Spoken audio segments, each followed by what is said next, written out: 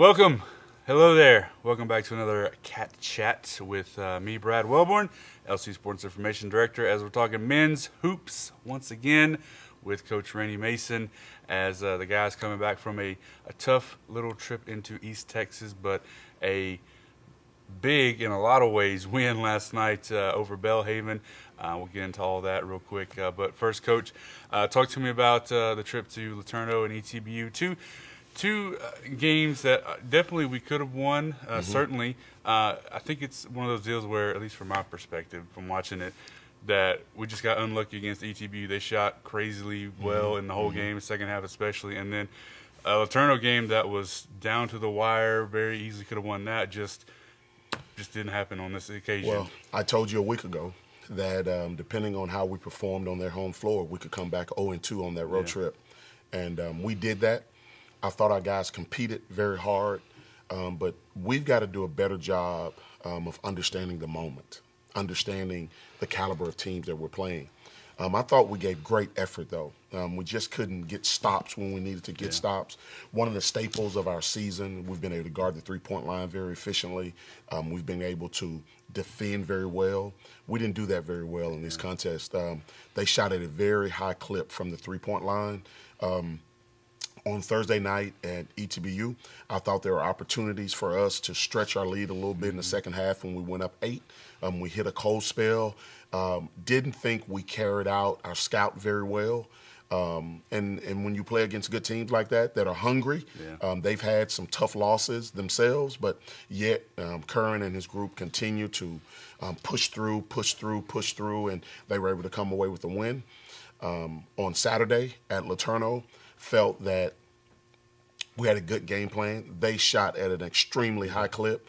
Nate West for them is a very, very exceptional basketball player. I mean, I think he shot like 14 for 17 for the game. We just didn't have an answer for him all night long. And then there were some guys on Laterno's group that stepped up and made some shots that we didn't anticipate, but still had a chance to win with about 13 or 14 seconds to go. Unfortunately, we weren't able to get it done. But that's what happens in this league. This is a very, very competitive league. ETBU, Laterno, they've won at a very high rate in this league, and they did what they were supposed to do at home. They took care of it.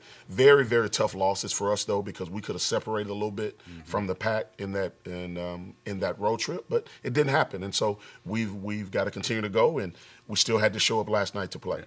And just to give you an idea of what Coach is talking about, the guy from Laterno, Caleb Loggins, who just set the record for blocks in the game, hit a big 3 late in that game. It's just like, why is he shooting a 3? How did that go in? That's exactly just right. kind of one of those things that happens. But the good thing about it is we'll play both of those teams again at our place. Yes, sir. So, you never know what's going to happen. Still a lot of games left to go. And then I think the biggest thing that I'm sure you wanted to see into last night's game against Belhaven was how would the guys respond. First half, well, really the whole game, we shot like stupid. I mean, I think that's the best word to use is how we shot, because it was a team record for field goal percentage at the end of the game, 70% for the entire game. Both us and Belhaven shot really ridiculous in the first half. They went cold. We kept it going. I'll go back to what I said about the previous 2 games. I did not feel like we came out alive and ready to play defensively against Belhaven last night. At halftime, we made some adjustments. Our guys responded to those adjustments, and fortunately for us, we continued to shoot at a high clip. But I'll say this. As we've gone through this season, there are things that have been glaring for us. At the Laterno game, as hard as we played, we still gave up 16 offensive rebounds. In the game last night, we still gave up offensive rebounds in the first half, along with not guarding the three-point line. That will not win championships for us. And so we went in at halftime, discussed it with our guys, made some adjustments, came back out, thought our guys put a focus on the defensive end, and we continued to shoot well. And I've said this every opportunity I get. Every individual had an opportunity to contribute last night.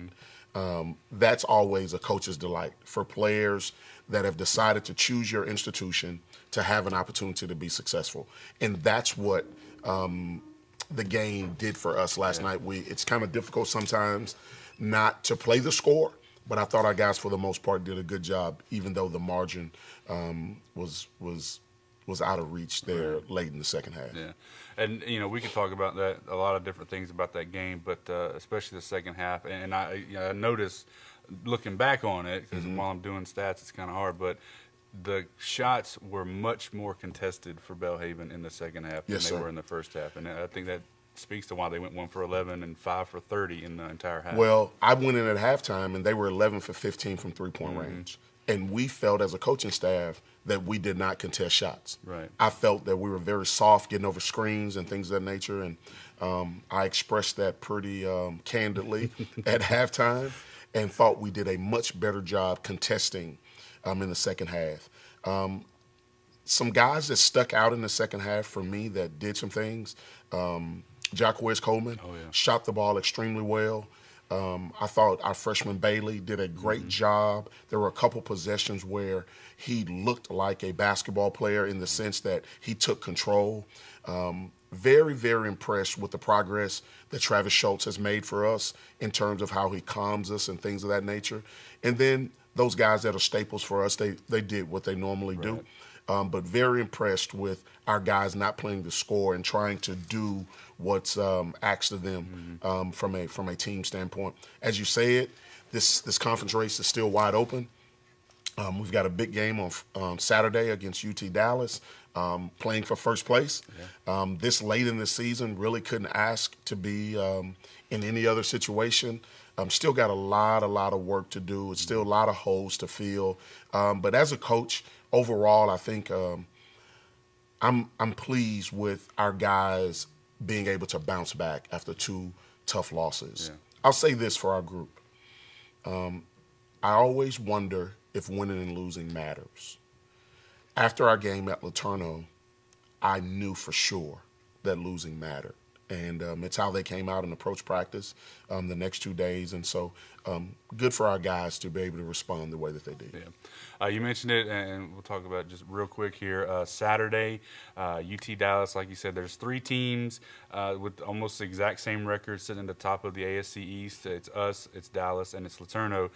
So like Coach said, a huge game. We'll play them twice in the next 2 weeks, this Saturday and I believe next Thursday or next Saturday at their place. So, what can you tell us about this first matchup? It's going to be huge for both teams to kind of play each other. Probably one of the toughest matchups we'll have all year. They're very physical. They're big. They're very well coached. They run great offense. This will be a challenge for us on so many different fronts. But once again, if you're going to win championships, you got to be champions. And it'll be a good night to be at HOS. We need everyone to come out. I don't know if everyone's totally aware of this, but it's free admission now because we want to open it up to the public. But we need every fan that's a Louisiana College basketball fan to come out and support our Wildcats. Not only the men's basketball team, but the girls' basketball team also. They're making great strides. They've won 2 in a row.